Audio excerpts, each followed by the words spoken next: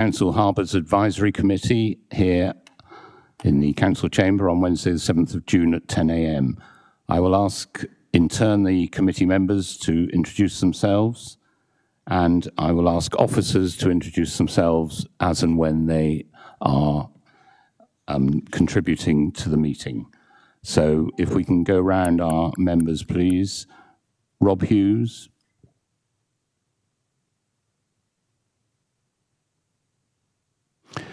Councillor Dave Bolwell.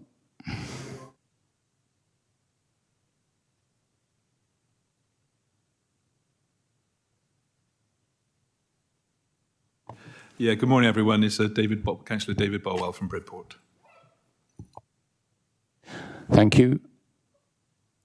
Councillor Sarah Williams. Good morning, Councillor Sarah Williams, Bridport. And Councillor Mary Penfold. And our independent members, Lee Hardy. Morning, Lee Hardy, independent member. Philip Thickness. Morning, Philip Thickness, independent member. And Richard Tinsley.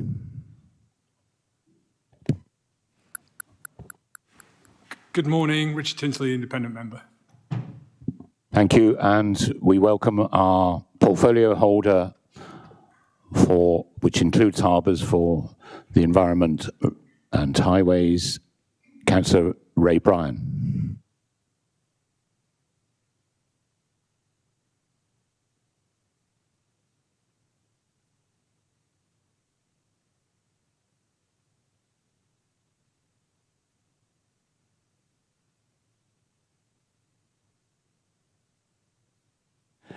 Thank you, Ray.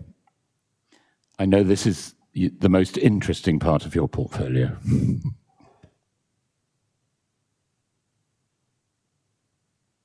So we start with the agenda item 1, which is apologies. So Josh, do we have any apologies, please?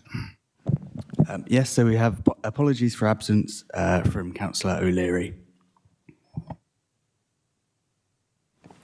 Thank you. I think that's the only member who is not present. The agenda item 2, minutes of the Harbours Advisory Committee. You've all had copies of the minutes from the committee on the 15th of March. Is everybody content that they are accurate and can be signed as a true record?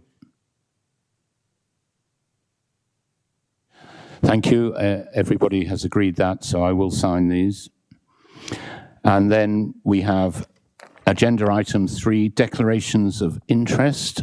I will note my normal ones as a member of the LGA Coastal SIG and chair of the Southern IFCA and a member of the Wessex Regional Flood and Coastal Committee and of the Jurassic Coast Trust. Thank you. Yes, thank you. Chairman of SCOPAC and also a member of the Special Interest Group Coastal Assurance. Thank you. As normal.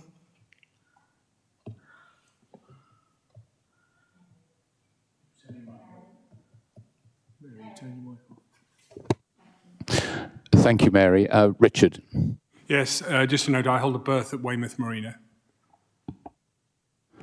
Thank you. Oh, can you add I hold a berth at West Bay, please? That's the chairman. Thank you. That's any other declarations of interest? I think that's all. Thank you. Agenda item 4, public participation. There are no public questions. So item 5 is the chairman's verbal update. So I had a delightful Easter Sunday judging the Boat Folks Easter Bonnet competition. There were some very stylish entries down there. It was the crew of the boats rather than the boats being dressed in bonnets. And the manager of Boat Folk managed to have a nest on his head with seagull eggs in it, which was rather interesting. It was also a pleasure to attend the launch of the Weymouth Harbour Watch scheme, with the Police and Crime Commissioner, David Sidgwick, organised by Mary Harris, a member of the Weymouth Harbour Consultative Group, where she represents the harbour traders, and we hope that the Harbour Watch will increase the vigilance and lessen the crime or potential crime at Weymouth Harbour. The very same day, we were graced by El Galleon, the replica Spanish Armada galleon moored in Weymouth Harbour. And that was a great experience to see that, as were watching the hundreds of people who were visiting it. And it was extremely reassuring that the sediment test results carried out during the Lyme Regis Harbour dredging demonstrated no risk at all to the people using the beach or swimming in the sea. So that concludes my report. And we now move on to the Harbour Consultative Group minutes. This is to receive the minutes of the following Harbour Consultative Group meetings. And we'll start with Bridport West Bay held on the 27th of March. If we have Simon Miles online, I think. Are you there, Simon? Good morning, Chairman. How are you? Everyone good?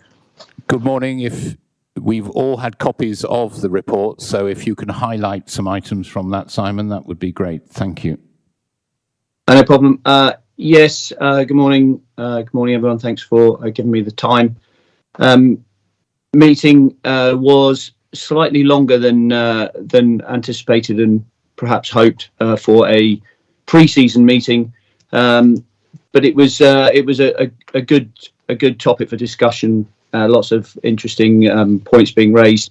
The dredging in West Bay Harbour was halted due to the weather, but when the crews returned, they returned with for double shifts, which sped things along. So dredging was completed at least on time, if not slightly ahead of schedule. So this point was raised with James and his team, that perhaps double teams from the dredging works could be looked at for the future to speed things along. If the weather's good, then noise wasn't an issue to work through the evenings. So that was good.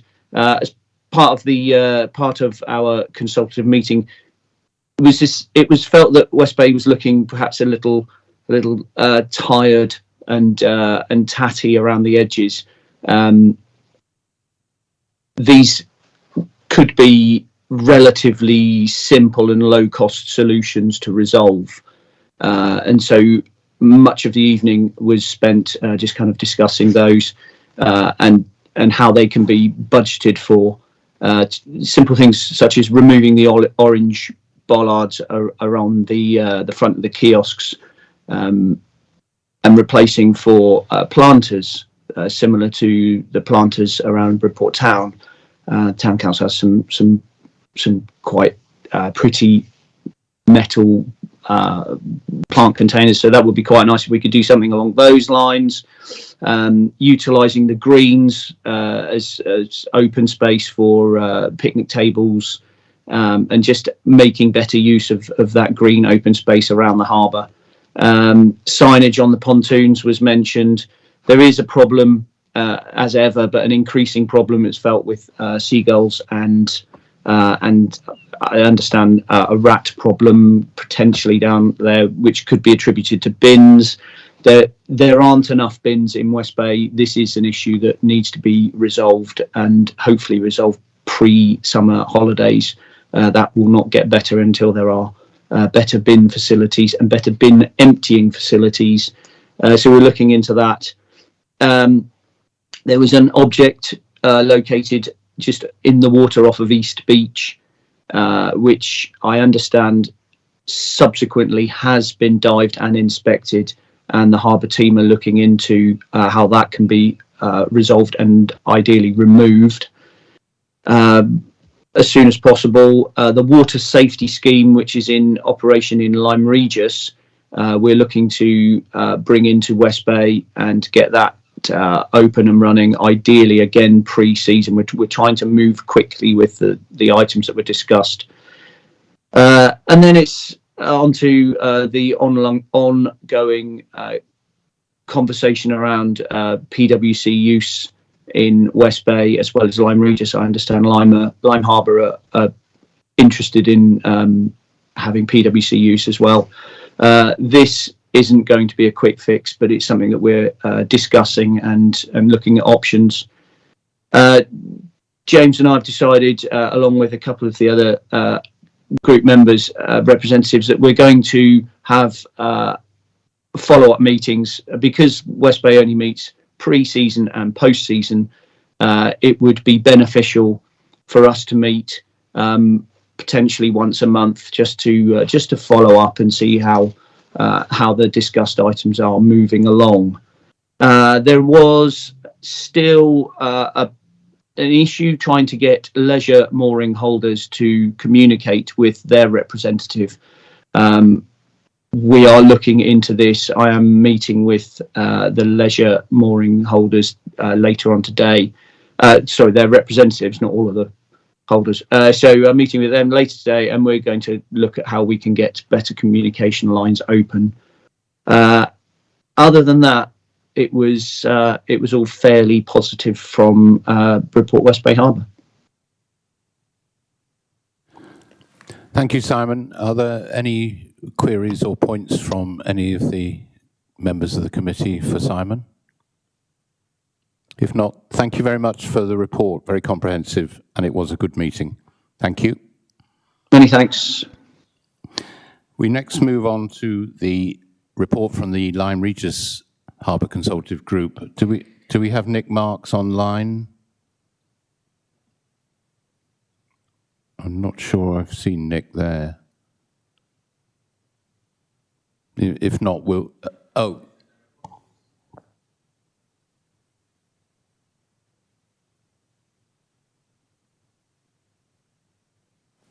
I'm not sure we've received them, but we'll take it that they have then, James. Thank you.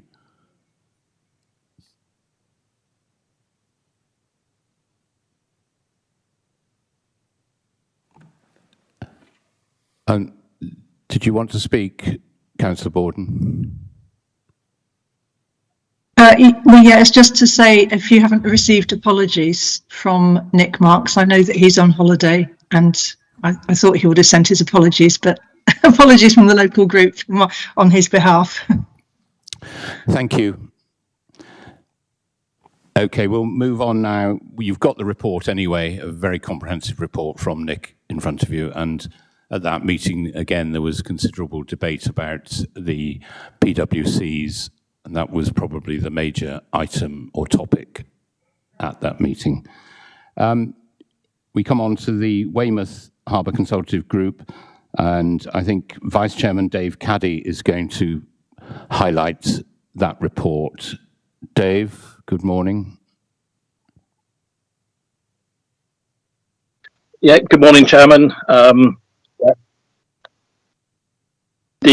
Obviously Andy's away on holiday, so I'm here. It was a fairly quick meeting that we had. There was a few issues, sort of matters arising from previous meeting. The one was the flooding under the Tame Bridge and drainage, which still hasn't been resolved. The pumps and that were all fixed, got working, but the one drain is still not fixed, and that's sort of ongoing for about a year now. It was also raised about the Brewers Quay development and obviously their safety fencing being pushed out over parking spaces which have been lost, and nobody seems to know what can happen with that at the moment. Obviously previously the Harbour Consultative Group updated terms have been sent out to all the members. No real comments back from that. There was also a few issues raised about commercial vessels that were moving berth by a few metres without authority to do so, but that seems to be under control at the moment.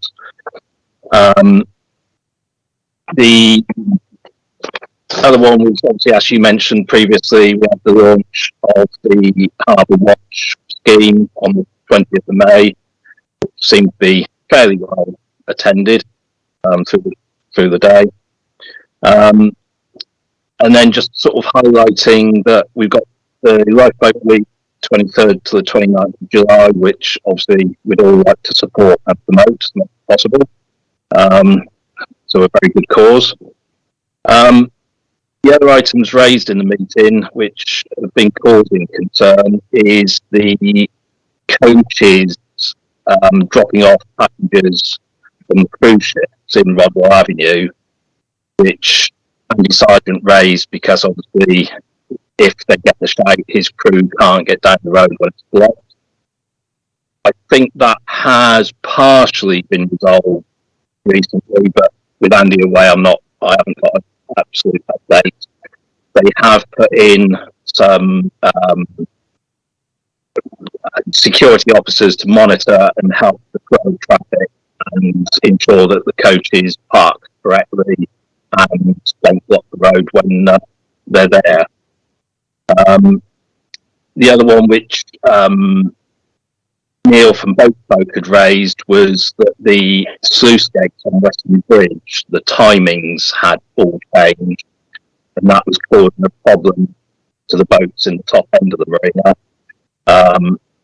mine included, because we get all the froth that comes down through, and the side of the boat just turns brown.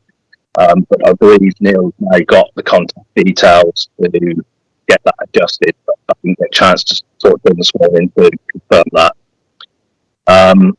The final one was from one of the other commercial members, was the request that the Council and Harbour Authority continue to feed information back to us that we can all, partake in decision making, putting information forward from the coalface, so to speak, which was felt that it was lacking a little bit. But outside of that, it was a fairly quick meeting. So that's my report. Thank you, Dave. And I'm sure officers have noted the comments from all three of the consultative reports. We do rely on these points. Any members wish to ask any question of Dave Caddy for the Weymouth Harbour Consultative Group? If not, but I would just like to mention the wreck at West Bay and it was actually our vice chairman who dived as a semi-professional diver almost, who dived and looked at that with the recommendation to get professionals in, I think, to cut the sharp points with underwater angle grinders, we think, because it's too large to move. It's strange that there seems to be no record of this wreck anywhere, does there, James? Yeah. The other 2 points which I'd just like to highlight, I'm sure they're coming up in the Harbour Master reports.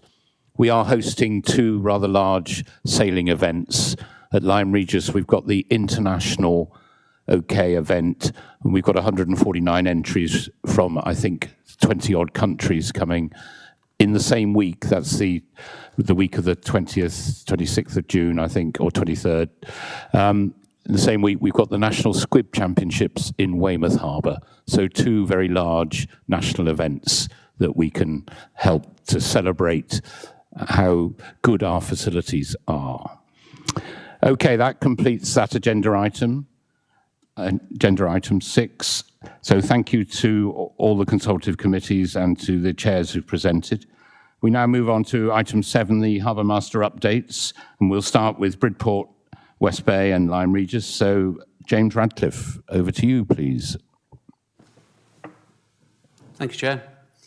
So for report, the stats up until May of this year, the season tickets and day launches are down for report at the moment. That's mainly due to the weather we've been receiving. The boat lifts look low on the stats, but there's a lot of the boat lifts were done prior to the 1st of April, so the income for that would have ended up into last year's finances. The weather's also affected the sort of income in the shop and the diving airfields. A lot of the divers haven't been going out to sea at all, and some of the commercial ones from Lyme have only just gone back into the water. Mooring relinquishments for report was 19 at the end of last season. Many of these have been reallocated, but we still have at least 15 moorings vacant at West Bay. For Lyme Regis, it's very similar. Season tickets and day launches are down due to the weather. Even the whole of last week being half term, the pontoons had to be closed at Lyme because of the easterly winds. The visiting boat nights have also been affected, but mooring relinquishments at Lyme from the end of last season was 17. But a lot of these have been reallocated, and we only have a few moorings left at Lyme to reallocate now. With the staff, we welcome Harry Cornwall to the team at Bridport. He did a season with us last season, applied for the full-time harbour assistant position. He's also doing a 2-year apprenticeship with Sea Regs alongside his full-time job. The engineer that we have at Bridport is left. He's gone on to a 0-hour contract with us, but he's only as a harbour assistant rather than the engineer. So we're currently going for a process to re-advertise and get a new engineer on board. The training, staff joins Weymouth Harbour for a day on an oil spill exercise, and we've got planned courses coming up for day skipper, VHF, and some more first aid. So the harbour revision order, any concerns raised from the consultation have been looked at and responded to by Ashfords. We had comments from the British Ports Association, Trinity House, the MCA, and the Department of Transport, and we had objections from the Royal Yachting Association. Objections covered sort of things like special directions, power to license moorings, repair of landing places, and power to deal with unserviceable vessels and removal of obstructions from other vessels. These have all been looked at by Ashfords and are being currently responded to. Ashfords have assured us that none of them will hold up the process for the HRO. Pilotage review for report and Lyme. We're in talks with APP Mer, and the proposals have been received by them, and we hope to start the process to review the pilotage in a 2 weeks' time, around the 12th of June. Harbour Works, the Lyme Regis Harbour Storage Building.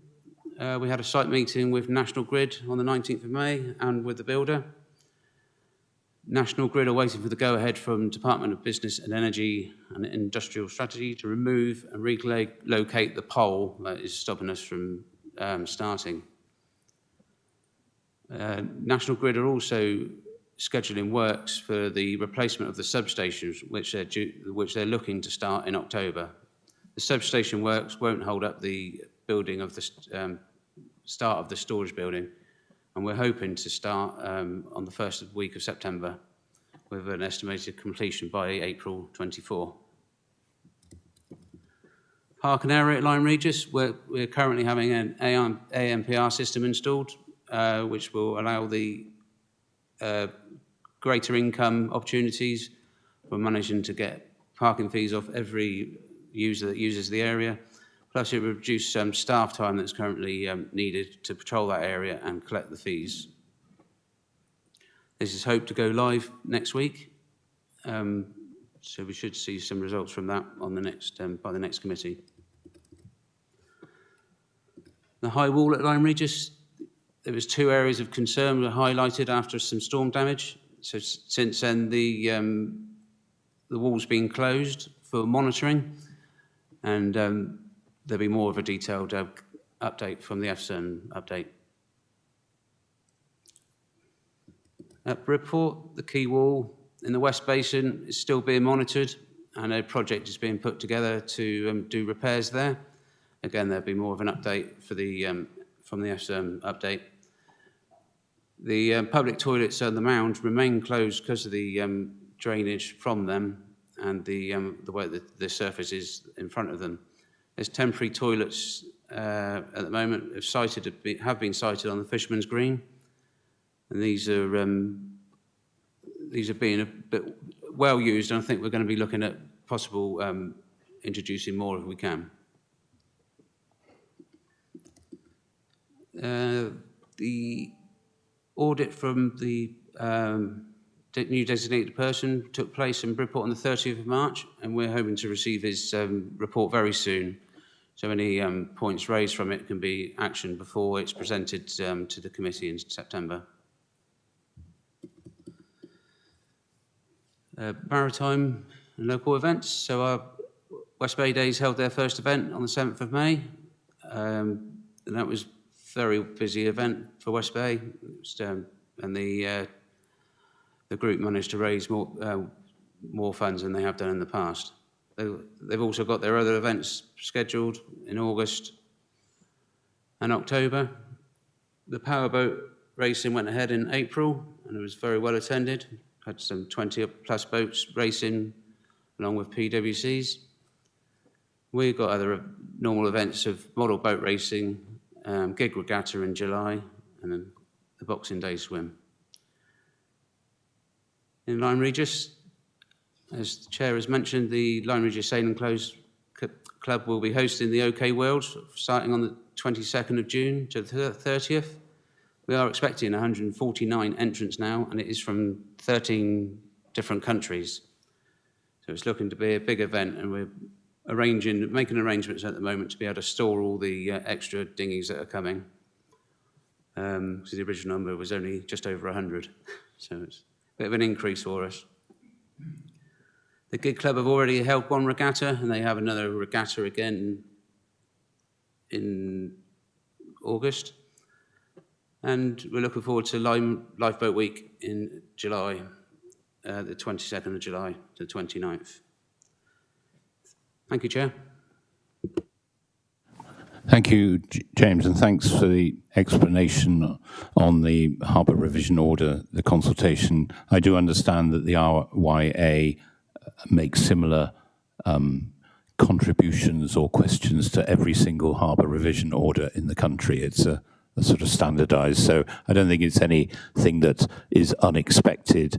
And I think, Lara, you can confirm that Ashfords are able to deal with these without going back out to consultation. Thank you. Richard, would you like to? Yeah, two questions. Have we got a date from ABMER when their audit report was due? I'm just conscious it was the first audit, and it was comprehensive, of the new designated person, and I think it'll be a different perspective, so I think we'd welcome that report if we know the date. That's my first. Have you been given a date by ABMER?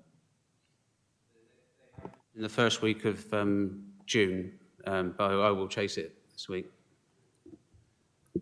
And secondly, I note the loss of the engineer post.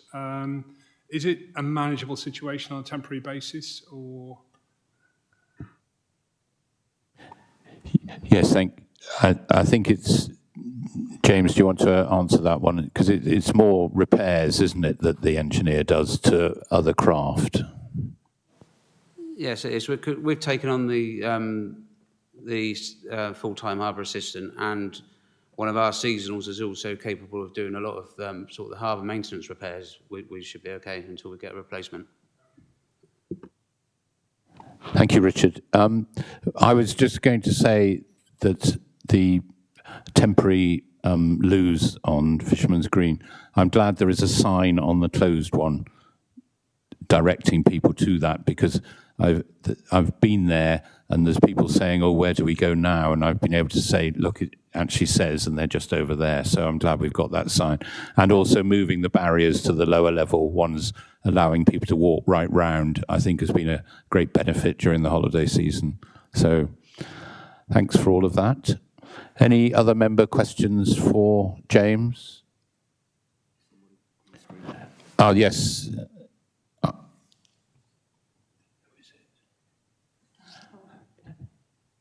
Is it Councillor Borden? Have you got a question?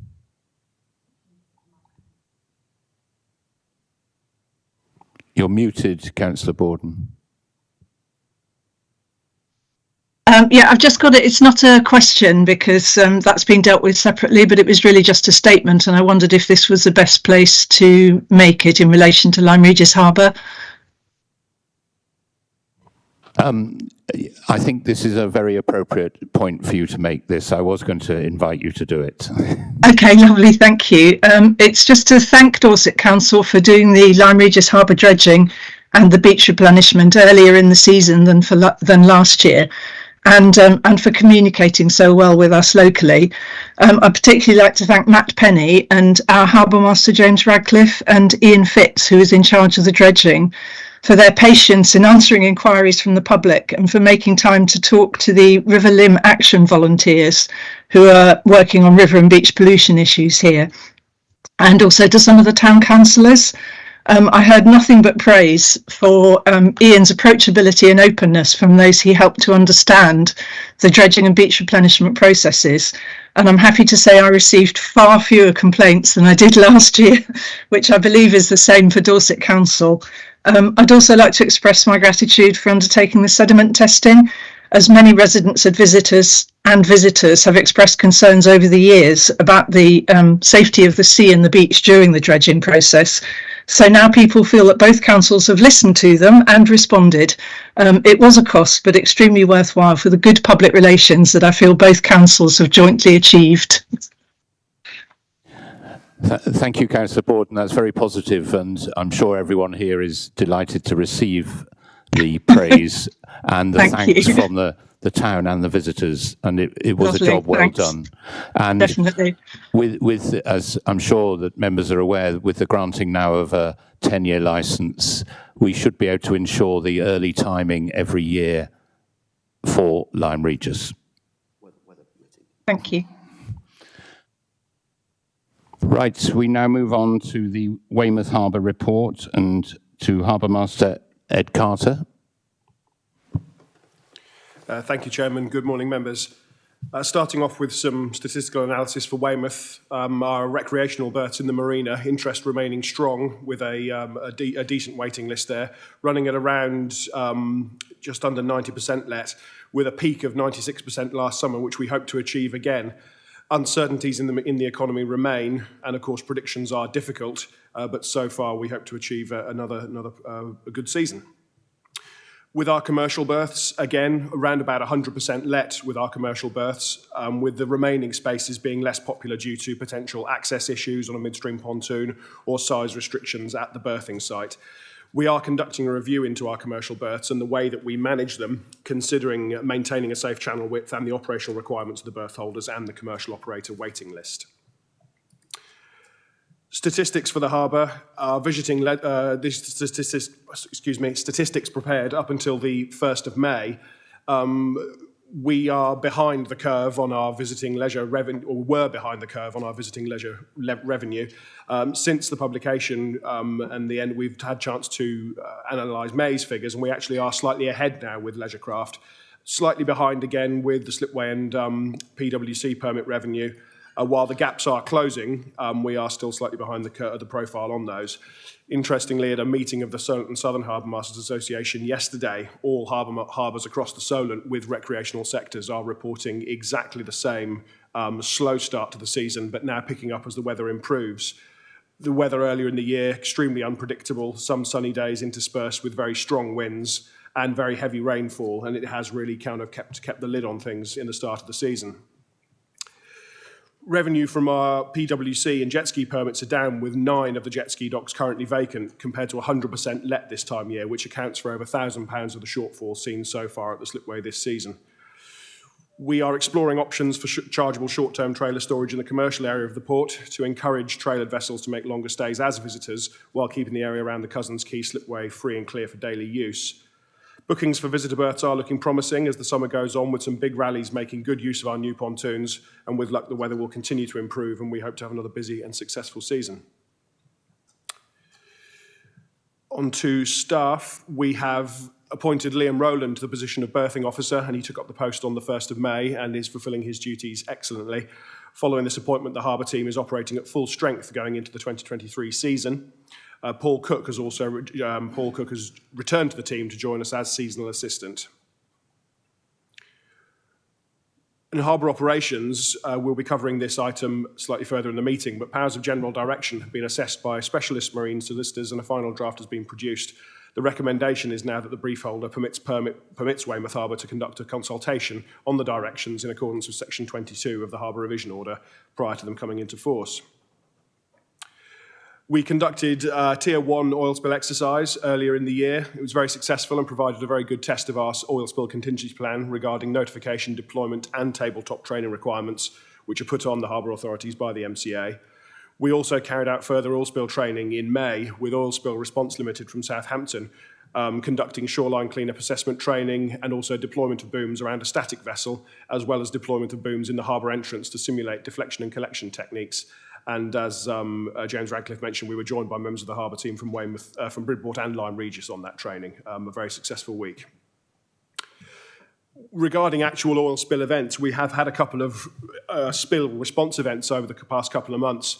One, very disappointingly, where waste oil was actually placed in a bin on Custom House Quay and was discovered early in the morning by members of the harbour team. Both the occasions, another slick, was discovered in the inner harbour, which was believed to be a slick of diesel. On both of the occasions, the oil spill plan has been put into action. Regarding the oil that was in a bin at Customs House Quay, we were able to prevent any ingress into the harbour by blocking the drains with sorbent material. However, on the inner harbour, the slick of diesel, while we were unable to pinpoint a source, as with most spills of very light fuel oils, it dispersed and evaporated very quickly as expected. We have discussed the spill events recently with the Harbour Consultative Group, and we've urged all persons to be vigilant and responsible in their practices and also diligent in reporting to the Harbour Office. While we know accidents do happen, we are, of course, very well placed to assist with anyone should a spill event occur. Moving on to incidents within the last quarter, the Harbour team has attended the usual mix of incidents, comprising of various items, life rings being thrown into the harbour, missing tenders, pier jumpers, minor collisions, more contact between vessels, broken and abandoned trailers at the slipway, problems with jet ski users refusing to pay, reports of graffiti, fly tipping, and or even a trapped swan. One notable incident occurred where a member of the harbour team slipped and fell on the steps at the pleasure pier while again investigating reports of a missing life ring. A step plate was partially loose and when stepped upon it moved, the team member lost their footing. The incident was reported under RIDOR and thankfully recovered quickly and returned to work after a couple of days.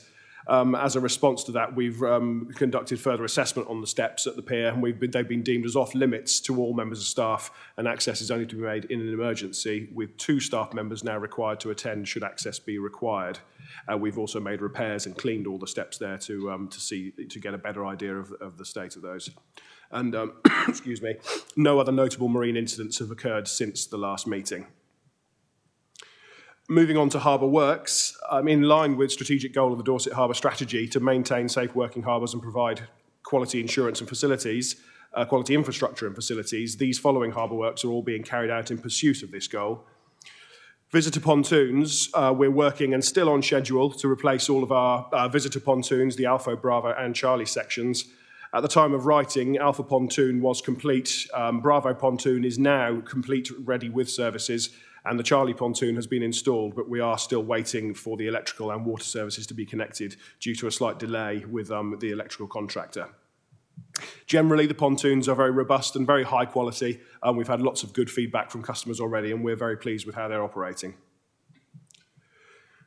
We have created a 24-hour access fishing storage area compound within the existing commercial area of the port. Commercial fishermen that have a berth in Weymouth can hire either 6 or 12 pallet storage areas and they can secure those with their own padlock. Uptake and response to this facility has been very positive and the use of the storage area is helping to inform our decisions for the new areas planned through the Quay Regeneration Project, and the assistance we're able to give with the provision of these facilities helps to strengthen our relationships with the commercial fishing community.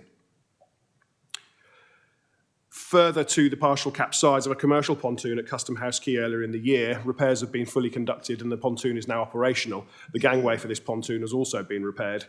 Further to a dive inspection of the pilings along Custom House Quay, it was found that several are due for replacement. We're currently having discussions with the flood and coastal risk teams to tie in any possible replacements with quay wall repairs, and we're continuing to monitor the area very closely, especially at times of very low water when we can get down to inspect parts that are generally covered.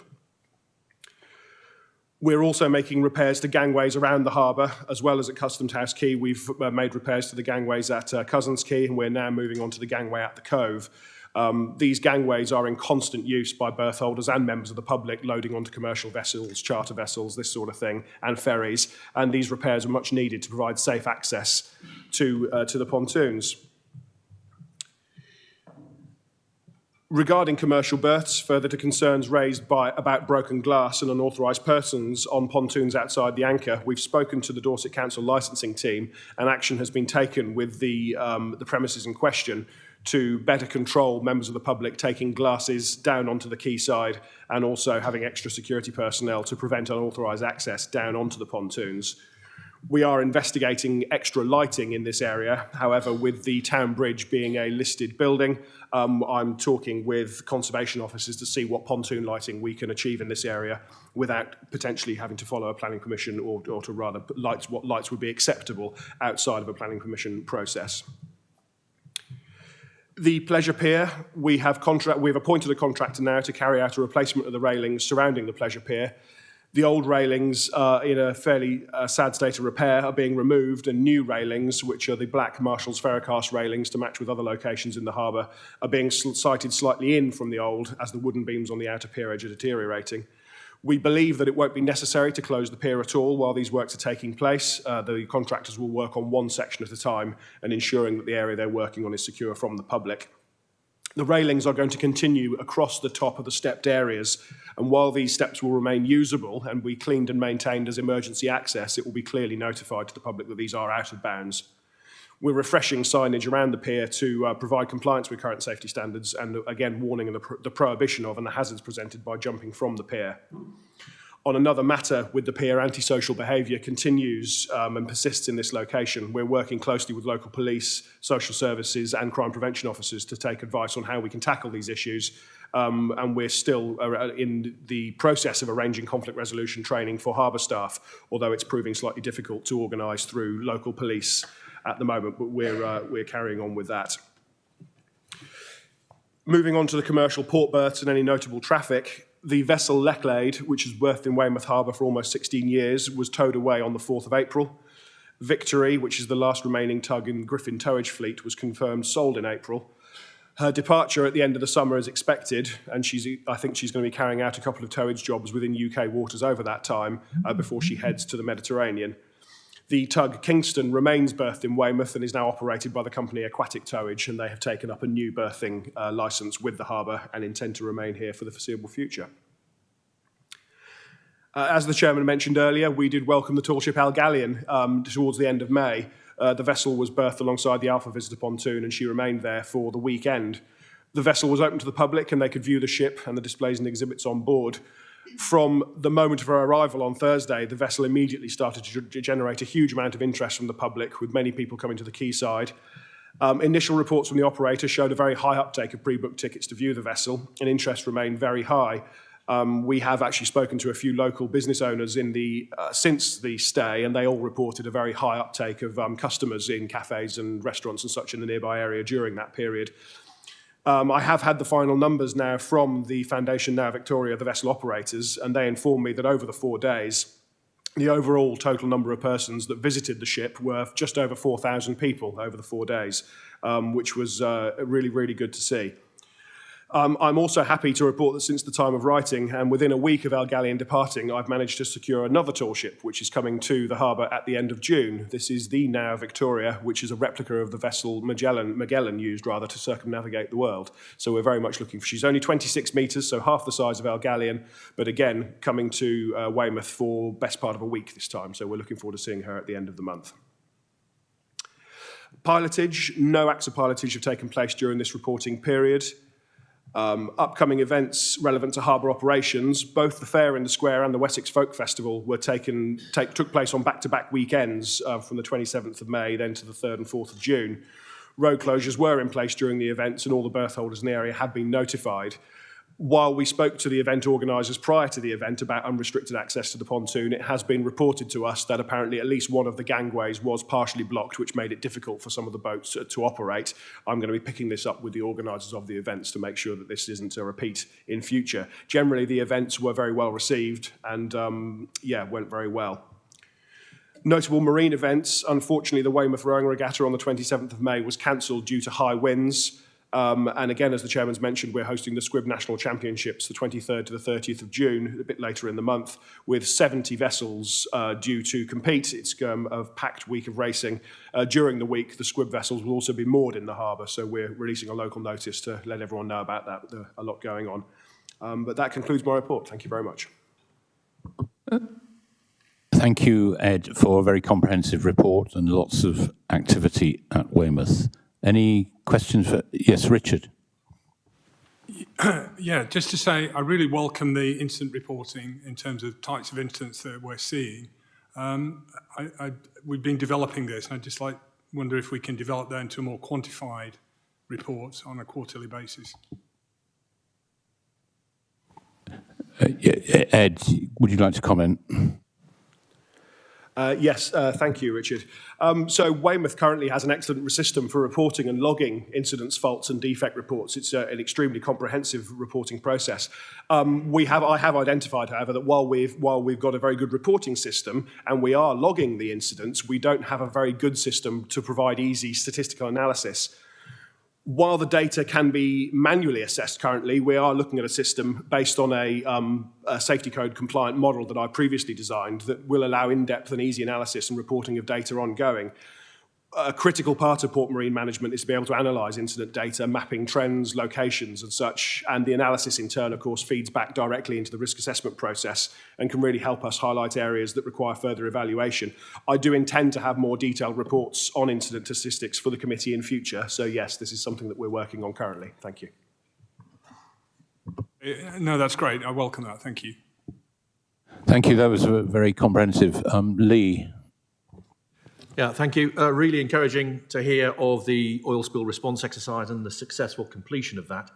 But just to develop that a bit further, those in here today will be aware that in an adjacent harbour, there was a major oil spill event a few weeks ago.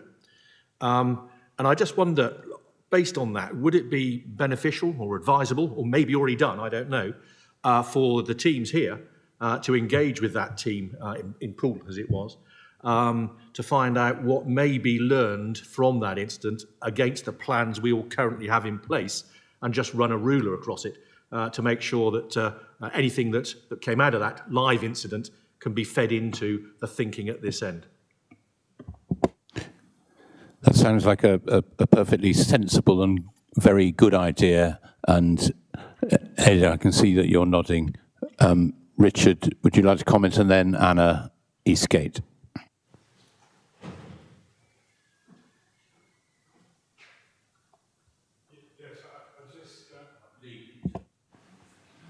I think that's a really good idea. I think I just broaden that thought a little, if I may.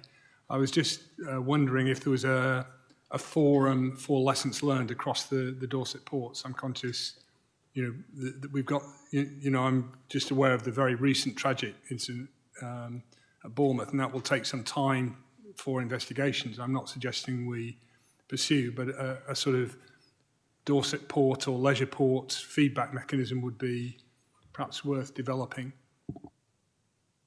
I think that's a very sensible idea for us to look at and work with both the trust and the private ports as well as our neighbouring authority. Anna, would you like to comment?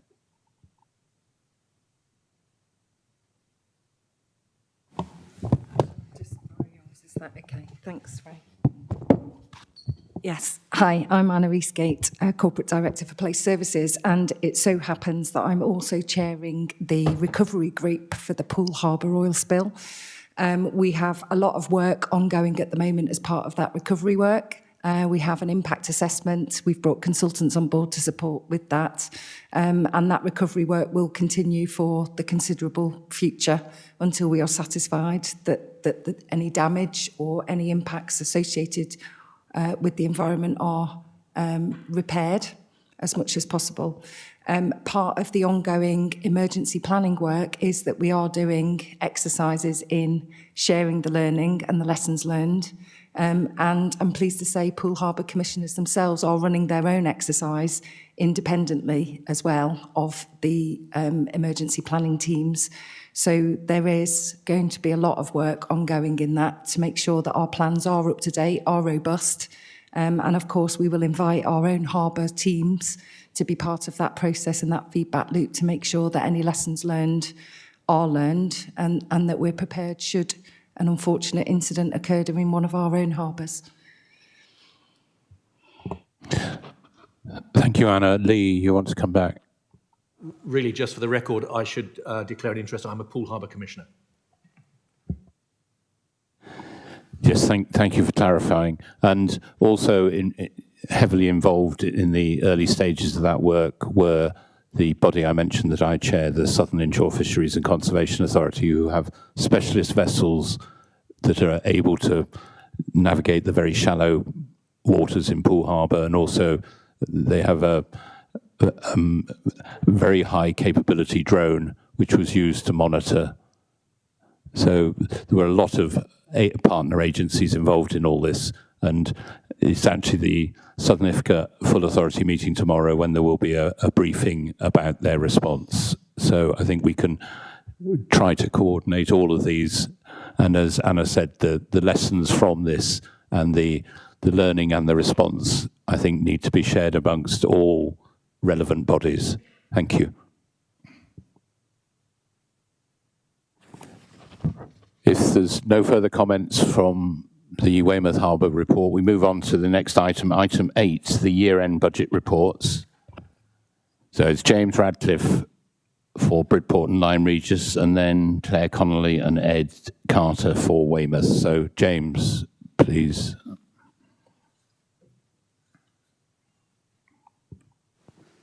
Thanks, Chair.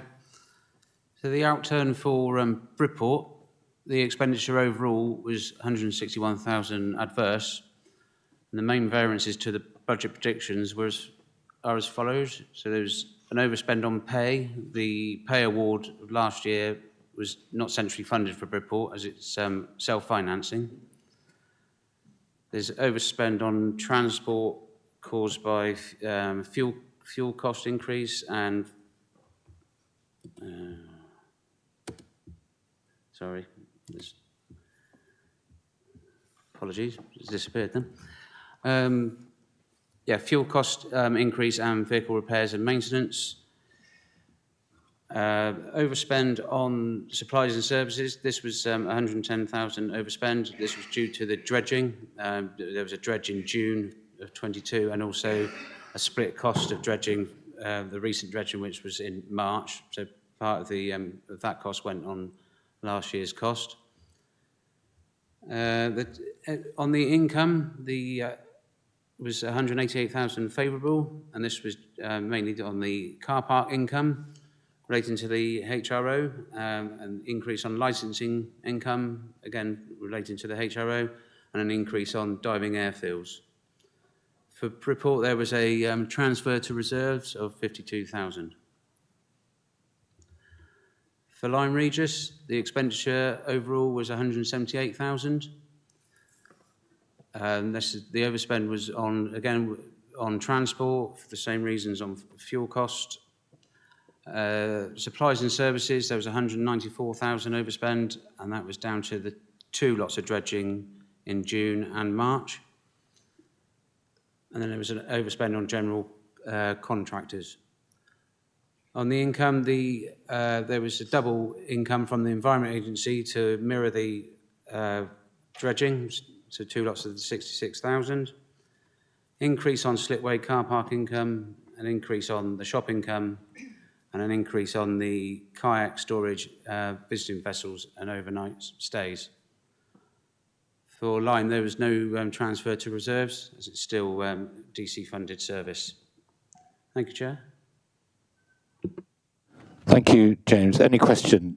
I think we will, I'm sorry if the papers in your packs are slightly different to order. We we are trying to standardise that we do them all alphabetically in every agenda item, and we will try to ensure that happens. So now over to Claire and Ed for Weymouth, please. Yep, good morning, everyone.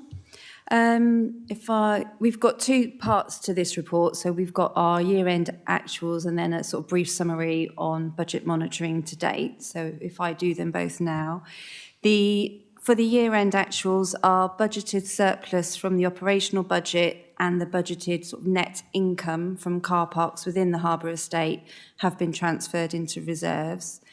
Budget expectations in both areas have been exceeded, which has resulted in a further 483,000 being transferred into our reserves. Of this surplus, there is a requirement to carry forward some funds into the new financial year to fund projects from the asset management plan that were not completed within this financial year. These projects are all listed at the table at paragraph 1.8. For this year, income in nearly all areas have met or exceeded budget expectations. As Ed reported, we had record numbers for occupancy on marina berths, peaking at 96% in August, and our year-end actuals are up by 12% on budgeted figures. Visitor numbers were lower than the previous year, but largely due to sort of price increases, this hasn't affected the budget, and we are actually slightly over on those budget expectations also. With also a busy season at the slipway has resulted in increased income. There's been some new income relating to filming that has taken place in and around the harbour this summer, and also new income relating to berthing fees that was generated from visiting commercial vessels associated with the tugs moored at the commercial area. Cost pressures this year, as with most budgets, there were some increased salary costs due to the pay award. There was also increases in insurance and energy costs. There were some essential repairs needed to the pontoons and walkways, also as described in the HM update, but this has resulted in a bit of an overspend on response maintenance. The year-end reserve balance is 2.7 million, which is shown on Appendix 1. So whilst that is financial picture is stable and is improving, there is still an ongoing pressure to the harbour budgets, and it's important to note that the reserve balance is fully committed to fund the asset plan. This includes replacing pontoons and maintenance dredging. Ed and I are in the process of reviewing that, and we'll give an update as part of the business plan that will be brought to the Harbour Advisory Group later in the year. The 23-24 predictions so far, I mean, it's early in the season. We're currently predicting that our budgeted surplus will reduce from 185,000 to 169,000. This is largely due to reduced income from the commercial berthing. Griffin towage went into administration, and only one out of those two tugs will remain permanently berthed in Weymouth. Income from annual marina berths currently appear to be on track, and we continue to get new inquiries from both annual and temporary berths. This season started quietly, but as it is so early in the season, we haven't actually made any changes to the predictions for this particular report. For 23-24, at paragraph 1.5 is a list of projects from the asset plan to be completed this year, and included in that is the projects carried forward from 2022. This includes the completion of the visitor pontoon installation. That's all from me. Thank you very much, Claire. We'll look at combining these two reports, I think, for both the harbours, because you've covered the next one as well. But James, do you want to just comment on the monitoring report for this current year, and then we'll, if there's any questions, we can open it to members. Thank you, Chair. Yeah, the forecast at the moment and the budget monitoring, the expenditure, there's no variances on expected at the moment on expenditure or the income for Bridport. We are predicting a transfer to reserves at the end of the year for 102,000. And for Lyme, there's at the moment there's no variances on the income or the expenditure. Thank you. And there's an awful lot of detail in the papers. Has anyone got any questions on these? The harbours, if you remember, in our harbours strategy, our aim is that the harbours are operationally self-sufficient, and we're certainly achieving that in 2 of the harbours. And Lyme Regis, I think we understand the reasons why we're not quite there yet, because of the dredging costs for a very small harbour. Any further questions? If not, thank you to James and Claire for your reports. We now move on to agenda item 10. This is the Flood and Coastal Erosion Risk Management Engineering Update. And Matthew Penny, please present. Thank you, Chair. Morning, members. If I start in Bridport Harbour, the dredging this year, has been mentioned, I won't labour on this, was successfully completed for this year, and the team has already commenced planning for next year's operation in conjunction with the Harbour Master. The inspections, so the asset inspections for this year around the harbour have commenced. Are due to commence this summer. They have not commenced yet. There is a slight typo there. It's meant to say inspections were completed in October 2022, so apologies for that, as opposed to 23. Repairs, no repairs to note other than the harbour will be a stabilisation repair that the development of is ongoing. The preferred option has been identified, and I've laid that out in the report for you to review. And the team are in discussions with the conservation team because it is within the conservation area, so we have to make sure we comply with all the necessary statutory obligations there. The walkway, as has been mentioned by the chair, the walkway behind the wall is now partially open, and access around the harbour is available. The toilets are closed, and the timeline for the eventual repair and construction is as detailed in the table. For Lyme Regis Harbour, again, the dredging was successfully carried out and well received by the community, as has been detailed by Chair and Councillor Borden. We're again starting, already held discussions with the Harbour Master around next year's operations and how they can be improved. Fed back, had a wash-up session and fed back where we can improve on things. I think next year will hopefully be even more successful.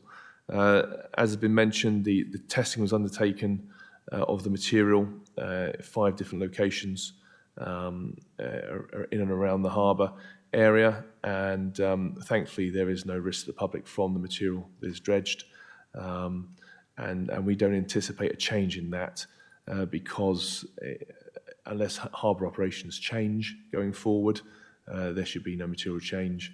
The harbour itself isn't the outfall of a river, so therefore you don't get any flow down a river, which could potentially lead to changes in sediment type and consistency. So we're hoping that this is representative of the sediment going forward, and hopefully Natural England and other statutory bodies will be willing to accept these results on an ongoing basis. So that's a positive. Inspections, they have commenced in Lyme Regis, and they're due to end by the end of this month. No significant defects noted at the moment, other than those I'm about to talk about in Part C. So the committee may be aware that the Cobb High Wall suffered storm damage, 2 successive storms, moved blocks, and created a hazard on the high walkway. Recommendation from engineers, my team was to the Harbour Master was to close the high walkway with the hazards that were there. We've been monitoring that damage over the past month, so we need to manage it for a 4 to 6 week period. We've done that, and thankfully we think it's due to just storm damage and not deterioration of the toe of the wall, which would have been another possibility and a more substantial repair required. So Just a verbal update. The work is due for that repair is due to start next week. So we should see that repair start next week and hopefully be completed in the near future and certainly open for the high tourist season. The Keystone block that was dislodged by a fishing vessel incident at the Victoria Pier steps, that repair is now complete. So that was successfully carried out by the team. The Lyme Regis Environmental Improvement Scheme Phase 5, so that's the COB, Phase 5 of the scheme. Development of that scheme is underway. We've started discussions with the statutory consultees, Historic and Natural England, MMO, and we're taking that forward. We've held early contractor engagement with contractors, and that is slightly adjusting our method of delivery and potential design for some of the scheme, the tow protection, the scour protection that's required as part of this scheme. That is likely, the project team haven't made that decision yet, they've informed me, but it is likely to cause a delay to the final delivery of the scheme. That is in part due to increased costs and the need to find that funding, but also a change in methodology and the requirement for further design is going to lead to a delay. That's in part because we need to start the work in the summer season because the outer wall, we've been advised by users, harbour users, that the outer wall works really need to commence in the summer when the sea is quieter, calmer, and so it could well be that we would have to delay it by 1 calendar year to summer 2025 as a result. As I've said, that decision's not been finally made, but I wanted to raise it and bring it to the attention of the committee. Weymouth Harbour, dredging, nothing to note at present, but obviously we're working closely with the harbour team and we'll support them to deliver any dredging that is subsequently required. Inspections, again, are due to be completed this summer and they're on schedule to be complete. Item C references the Weymouth Flooding Coastal Risk Management Scheme Phase 1, which follows on from the strategy of the same name. The committee is aware that the outline business case for this scheme is in development and is due to be completed in late 2024. That's still the current state of play. The team are working through various optioneering, preliminary designs and modelling, which will inform said designs,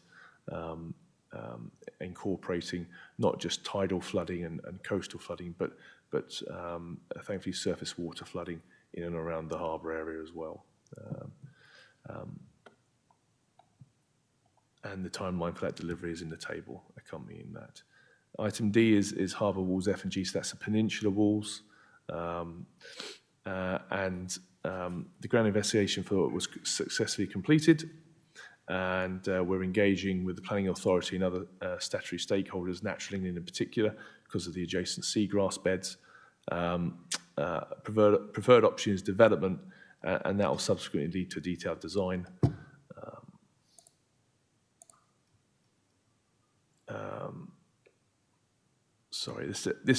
We're working also closely with the Levelling Up team.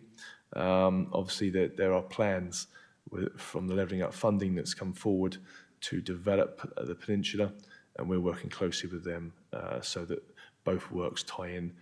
There is the potential that the preferred option for the walls will be materially affected by the Levelling Up fund requirements, but that's not been determined at present. North Quay, that is moving forward quickly. We're still looking to start construction hopefully this winter as per the table outlines.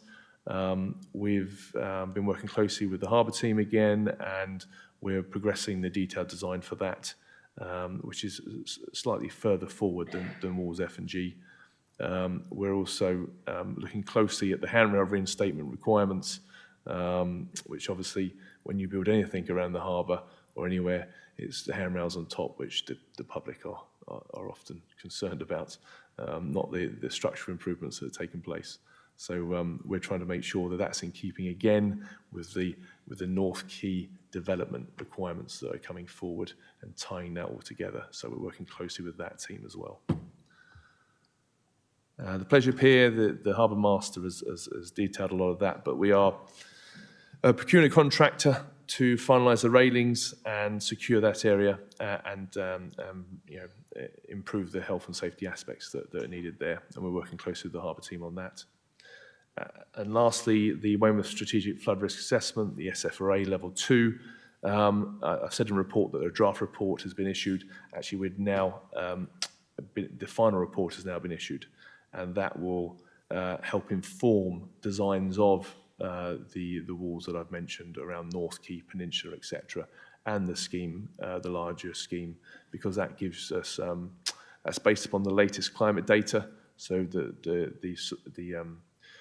the high sea levels, high tide levels that we're expecting over the next 50 to 100 years, detailed within that. So that will help us with future designs. And that's my report, Chair. Thank you very much, Matt. Just slightly concerned that if we have any severe storms in the next couple of winters for the COB at Lyme, with a delayed start date to 2025, it does seem to almost every meeting to go back a year. I hope that we won't be suffering any damage in between. I mean, there's obviously the potential for that. With the two storms we've seen this spring have highlighted that. With the COB being the structure that it is, it's always an ongoing process or ongoing repair. It's an expensive old structure. Therefore, you've got to use certain materials. You can't just use modern materials with it. So, yeah, there is that potential. But in regards to failure of the COB, I mean, it's if we did no work, it is predicted that it would fail in 20 years. So, yes, we can sustain damage, like any sea structure could sustain damage, but the risk of failure is relatively low at this point. I'm sure that the residents of Lyme and the harbour users will be reassured that the risks for the next couple of years are quite low, but let's hope that our other funding agencies don't delay any more and recognise the urgency of this. Any questions for Matt Penny on the FCR report? No? Thank you, Matt, very much. And for all the reports that we've had this morning, we've been asked to note these reports, which I think we have been as we've gone along. There hasn't been the need for a formal recommendation. There will be on item 11, which is the consultation on general directions. This is going to be presented by Weymouth Harbour Master Ed Carter. Yes, thank you, Chairman. So the recommendation to the portfolio holder, excuse me, this is my first recommendation that I've presented to the advisory, so if I make any political faux pas, please shout in my direction. In summary, the statutory harbour authority should comply with the Port Marine Safety Code. And one of the recommendations of the Port Marine Safety Code is that the statutory harbour authorities, without general powers of direction, should either secure such powers through a harbour revision order or apply to be designated with powers of harbour direction. Further to the adoption of the Weymouth Harbour Revision Order 2021, under Section 14 of the Harbours Act 1964, a set of general directions have been prepared for Weymouth Harbour, which are included at Appendix 1.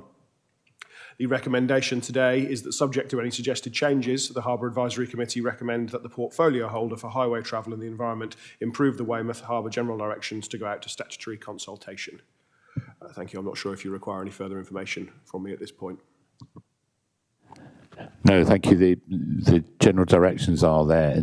Are there any comments from any members? If not, then could I have a proposer and seconder? Mary, are you happy to propose? And seconder, Sarah, thank you. And are all members in favour of the recommendation that the portfolio holder for highway, travel and the environment approves the Weymouth Harbour general directions to go out to the statutory 6-week consultation. Thank you, that's unanimous. Thank you very much. And thank you, Ed, for all the work you've put in and also all the legal advice we've received towards ensuring that they're fit and proper. And I'm sure it'll be a great help when we eventually come to doing similar for West Bay and Lyme Regis. Item 12 is the forward plan. So we welcome Ken Buchan, who's going to present the forward plan. Ken. Thank you, Chair. In addition to the standing items in the forward plan, the asset management plan for Lyme Regis and Bridport Harbours, they've been pushed back to the September meeting. We've been struggling a little bit with capacity to get that completed, so the proposal is to bring that to the September meeting. As James mentioned earlier, the pilotage review for Bridport will be completed and can be reported on at the September meeting. This work will be started in the next couple of weeks, and we've contracted ABP Mayor to do this. James Hannon, our designated person, will be attending to provide a report on our compliance with the Port Marine Safety Code and the recent audit of Bridport Harbour. And Ed will be presenting any feedback on the consultation from the proposed general directions before final approval by the Harbour Advisory Committee and duty holder. And then finally, we're looking to bring forward the business plans for the harbours at this time. Some scoping work on this has started to determine content and the priorities, and we'll be looking for some input from committee members over the coming weeks. And that's it for the forward plan. Thank you.